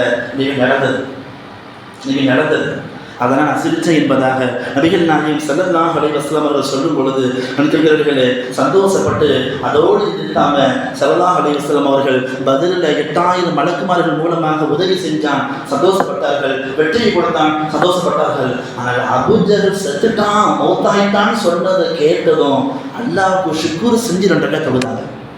அல்லாஹ்வுக்கு ஷுக்ர் செஞ்சு 2 ரக்காத் தொழுதாங்க. ஏன் தெரியுமா? அவ்வளோ அட்டுழியம், அநியாயத்தின் மொத்த உருவமாக அபூஜஹல் திகழ்ந்தான். அதனால அவன் மௌத்தாயிட்டான் சொன்ன சரதாரிசன் சந்தோஷப்பட்டு ஷுக்ர் நமாஸ் 2 ரக்காத் செஞ்சாங்க, சரதாரிசன் தொழுதாங்க. நாமும் தொழுவோமா? இன்ஷா அல்லாஹ் அல்லாஹ் தொழக்கூடிய பாக்கியை தருவானாக. அந்த டீம் தோக்குது, இன்ஷா அல்லாஹ் தோக்கும். இன்னொன்று என்ன விஷயம் தெரியுமா? ஒரு பெரிய கொம்பனா இருப்பான், அவனை அட்டுழியத்தின் மொத்த உருவமாக மாறுவான். ஆனால் அவனை அழிக்க அவனுக்கு ஈக்குவலான ஆள் அல்ல அனுப்ப மாட்டான். அல்ல ஒரு வித்தியாசமானவன். கொம்பனுக்கு கொம்பனை கொண்டு அழிவு இல்லை, கொம்பனுக்கு துரும்பை கொண்டு தான் அழிவு. நம்ரூது நான் பெரிய இறைவன் சொன்னான், இறைவனையும் நான் மௌத்தாக்கிட்டேன்னு சொல்லிட்டு என்ன செஞ்ச, ஒரு ஏணி வச்சு, நான் குரான்ல வந்த நிகழ்வு, ஏணி வச்சு அல்லாவை நான் போய் மௌத்தாக்க பார்ப்பாரு அப்படின்னு சொல்லிட்டு எங்கேயாவது போய் வில்லு விட்டானா. அல்லாஹ் முட்டாள்தனத்தை அதிகமாக்க ரத்தத்தை தடவி அனுப்பினான். பத்தியா இப்ராஹிம் சொன்னான் நம்ரூது, பத்தியா அல்லாஹ் நீங்க அல்லாவை சாவடிச்சிட்டேன். சிரிச்சாங்க இப்ராஹிம் அலைஹிஸ்ஸலாம். உன்னை முட்டாள் உனக்கு புரிய வைக்க முடியாதுடான்னு நினச்சிட்டாங்க. அந்த நம்ரூது கொடூரம் செஞ்சான். அவனுடைய கடைசி நேரத்தில் மூக்கு வழியாக ஒரு கொசு போணுச்சு. ஒன்றுமே இல்லை, வெறும் தம்மா துண்டு ஒரு அடி அடிச்சா டப்புன்னு மௌத்தா போகிற கொசுவை உள்ளே போக வச்சு மூளையில் போய் கடிக்க வச்சாங்கள. வலி தாங்க முடியாத நாய் மாதிரி கத்துவான், ஊழ விடுவான், கத்து தாங்க முடியாத பக்கத்தில் உள்ளவங்களுக்கெல்லாம் என்னங்க ட்ரீட்மெண்ட்டு? ஒன்றும் இல்லை, டாக்டர் சொன்னாங்க கட்டை எடுத்து அடிக்கணும், கட்டை எடுத்து தலையை போடு, ஒவ்வொரு கத்துனால ஒரே பொட்டம் முடிஞ்சு கொஞ்ச நேரம் இப்படி மெதுவாக அடிச்சுட்டே இருந்தாங்க. இன்னொன்று ரிவாயத்து வருகிறது, கட்டைக்கு பதிலாக செருப்பால் அடிக்க சொன்னாங்க. அவன் கத்தும் போதுதான் செருப்பால் அடி. யார? தன்னை தான் ரப்புன்னு சொன்ன நாய். ஏன்னா நம்ரூது கொடூரத்தின் உச்சத்தில் போன அவனுடைய முடிவு அல்ல எப்படி மாத்தினான், கொசுவை உள்ள போக வச்சு அவன் கத்தும் போதெல்லாம் செருப்பால் அடி. கத்துவியான்னு அடிச்சு அந்த அடி வாங்கி மொத்தம் போனான்னு வரலாறு உண்டு. இன்ஷா அல்லாஹ் சீக்கிரம் முடிவு வரும். பிள்ளைகளே, அல்லாஹ் தஆலா இந்த அபூஜஹல் பெரியவன் சொல்லி காட்டி கொண்டான். ஆனால் அவனுடைய முடிவு அல்லாஹ் எப்படி ஆகணும் தெரியுமா? முஆது வாஃபித் 2 சிறுவர்கள் 12 வயசு பிள்ளைங்க, அண்ணனும் தம்பியும். அபூஜஹல் வரதை பார்த்து சீறி பாய்ந்த சிங்கங்களாக ஒரு பிள்ளை குதிரையின் காலை வெட்ட, இன்னொரு பிள்ளை அபூஜஹலை கழுத்தை வெட்ட, முன்னத்தனியாக தலத்தனியாக கிடந்தாங்க. அந்த நேரத்தில் கொஞ்சம் ஒட்டிட்டு இருந்தது தான் இப்னு மஸ்ஊத் ரலியல்லாஹு அன்ஹு மீதத்தை முடிச்சுட்டாங்க. அன்பிற்குரியவர்களே, இன்ஷா அல்லாஹ் அல்லாஹ் முடிவு கொண்டு வருவான். அல்லாஹ் இந்த பரக்கத்தான துஆ கபூலாகக்கூடிய இந்த இரவிலுக்கு துஆ கேட்போம். யா அல்லாஹ் இந்தியாவுக்கு சுபிட்சை தீர்த்தா, யா அல்லாஹ் முஸ்லிம்களை வாழ விடாமல் கொடூரம் செய்து கொண்டிருக்கக்கூடிய மாட்டை வச்சு இதை வச்சு பொது சிவில் வச்சு முத்தலாக்க வச்சு கொடூரமான முறையில் முஸ்லிம்களை பொருளாதாரத்தை முன்னேற விடாம, கல்வியிலையும் முன்னேற விடாம, அடிமட்ட ரேஞ்சில் வச்சு கொண்டு பயன்படுத்திக் கொண்டிருக்கின்ற இந்த சண்டாளனை கொடூரனை இன்ஷா அல்லாஹ் மிக விரைவில் முடிவை கட்டுவாயாக என்று நான் அழுது துவா கேட்போம். வல்ல ரப்புல் ஆலமீன் துவாவுல எவ்வளவு நம்பிக்கை இருக்கோ அந்த நம்பிக்கைக்கு ஏற்ற அளவுக்கு கண்டிப்பாக கிடைக்கும். மௌலானா ரூமி ரஹ்மத்துல்லாஹி சொல்லுவாங்க, நம்ம கேட்கிற துவா ஒரு முறை கேட்டுட்டோம், நடுவில் விட்டுட்டாக்க துவா கபூல் ஆகலாம். திரும்பி கேட்கும் பொழுது அவங்க சொல்லக்கூடிய வார்த்தை அவங்க பாஷையில் சொல்லுவதா இருந்தா ஒரு முறை கேட்டுட்டு விடுறது கபூல் இது கிடையாது. 2வது முறை நீங்க கேட்கிறது இருக்கிறதவா முதல் முறை கேட்டாலதுவா அல்லாஹ் லப்பைக்கு சொல்லிட்டா என்பதற்கு அர்த்தம் என்பதாக அல்லாஹ் தஆலா அவர்கள் சொன்ன அந்த வார்த்தையை போல பல ஆயிரக்கணக்கான முறை நம்ம துஆ கேட்டே இருக்கோம். யா அல்லாஹ் அல்லாஹும்ம லா துஸல்லித் அலைனா மன் லா யகாஃபுக ஃபீனா இந்த துஆ கேட்கிறோம். வல்ல ரப்பல் ஆலமீன் சுபிட்சமான நிம்மதியான ஆட்சி அல்லாஹ் தந்து சந்தோஷமான முறையில் சுதந்திரமான முறையில் இந்திய மக்கள் வாழக்கூடிய பாக்கியத்தை அல்லாஹ் இந்த பரக்கத்தான இரவில் பரக்கத்தால் ஆக்கி தந்து அருள் புரிவானாக. ஆமீன். வாஹிரு தஅவானா அல்ஹம்துலில்லாஹி ரப்பில் ஆலமீன். அஸ்ஸலாமு அலைக்கும் வரஹ்மத்துல்லாஹி தஆலா வபரகாத்துஹு.